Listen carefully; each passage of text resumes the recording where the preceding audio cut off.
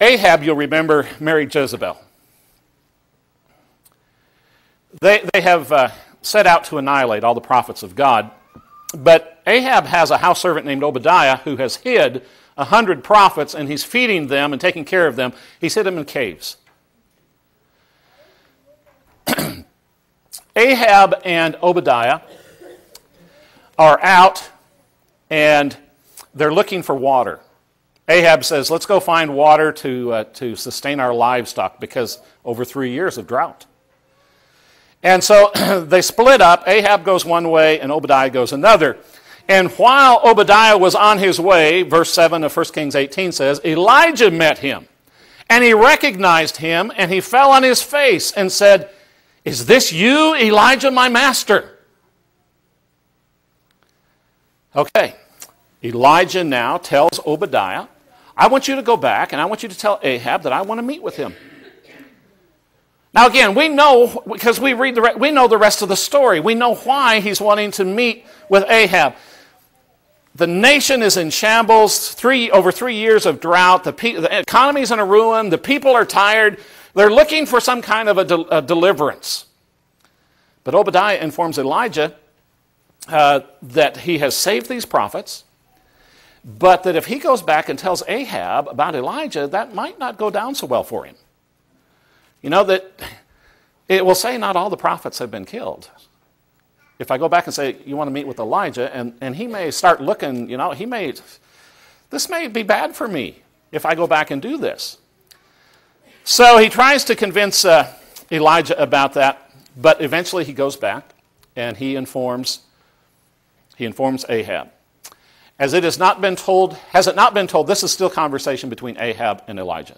Has it not been told to my master what I did when Jezebel killed the prophets of the Lord, that I hid 100 prophets of the Lord by 50s in a cave and provided them with bread and water? And now you're saying, go say to your master, behold, Elijah, he is here. He will then kill me. So there's that conversation. So Elijah knows, because Obadiah's just told him, I've saved 100 prophets. Obadiah gets involved, sets up this meeting with Ahab, and so the stage is set for the great prophet showdown on Mount Carmel. However, among the first words that come out of Elijah's mouth are some rather confusing words. They've always troubled me, because he'll say it at first, and then after it's all over and he's hiding in a cave, fearful of Jezebel killing him, he says it again. And it's never made sense why he says this. I've tried to attribute it to, well, he was depressed. Things hadn't gone well for him. And obviously, that may have been some of it. But look at what he says. Elijah came near to all the people and said, how long will you hesitate between two opinions? If the Lord is God, follow him. But if Baal, follow him. But the people did not answer him a word. Mount Carmel, 450 prophets of Baal, Elijah, a lone prophet of God, addresses the people. Who are you going to serve? Then he says this, I alone am left a prophet of the Lord. But Baal's prophets are 450 men. Why does he say he's alone? Why claim, I alone am left? Well, he didn't know. Yeah, he did. Obadiah just told him he'd save 100. He knew he wasn't the only prophet left. Was he just lying? I don't think we want to try to attach that to the prophet of God who's on Mount Carmel trying to prove that God exists. Could it be possible that as this whole thing begins, Elijah has to practice some forgiveness? Obadiah knows what was in process. Do you think it is possible that Elijah thought, maybe there ought to be some of these 100 prophets show up here?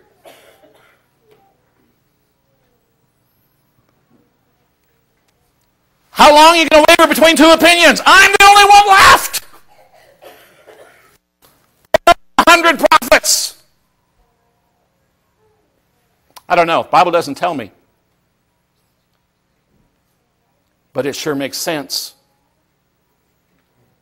that all of a sudden Elijah is wrestling with that. Perhaps it is this magnification that adds to Elijah's pity party then later on when he's in the cave and he tells God, I'm the only prophet left.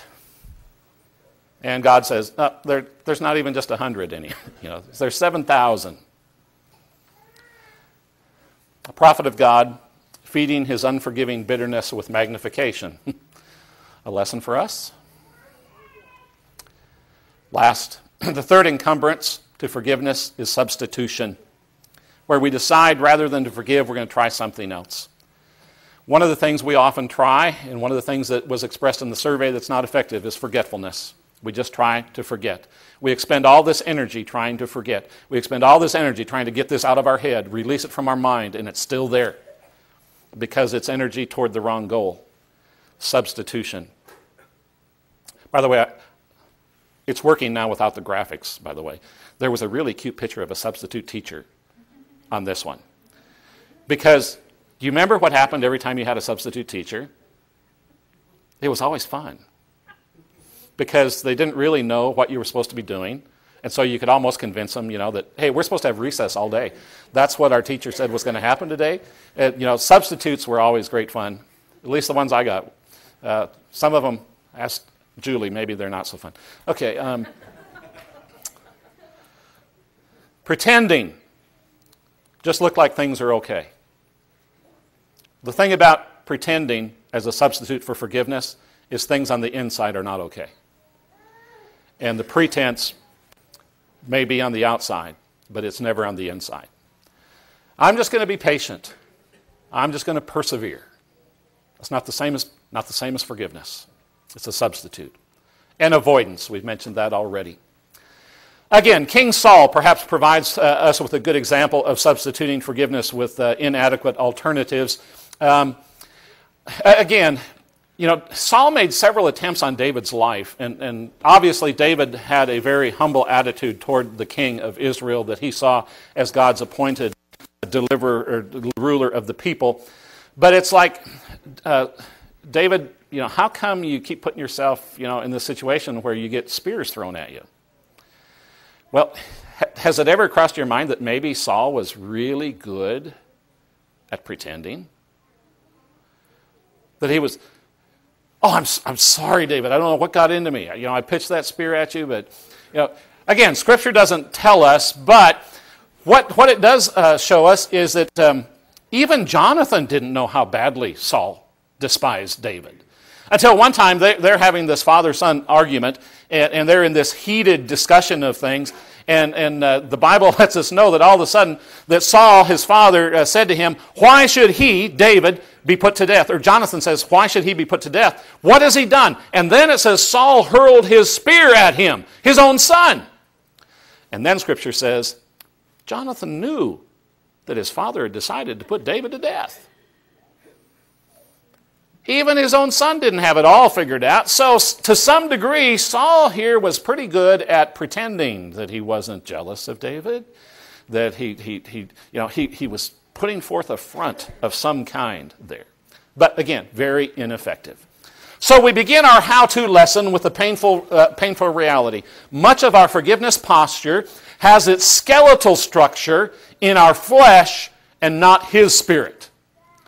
So much of what we're going to bring into this whole discussion of forgiveness and how to get it accomplished is built on our fleshly understanding, our fleshly function, that skeletal makeup, and it's not going to be effective. Our fleshly default is given to control. Our fleshly default is we want to be in charge. We want to make the decision.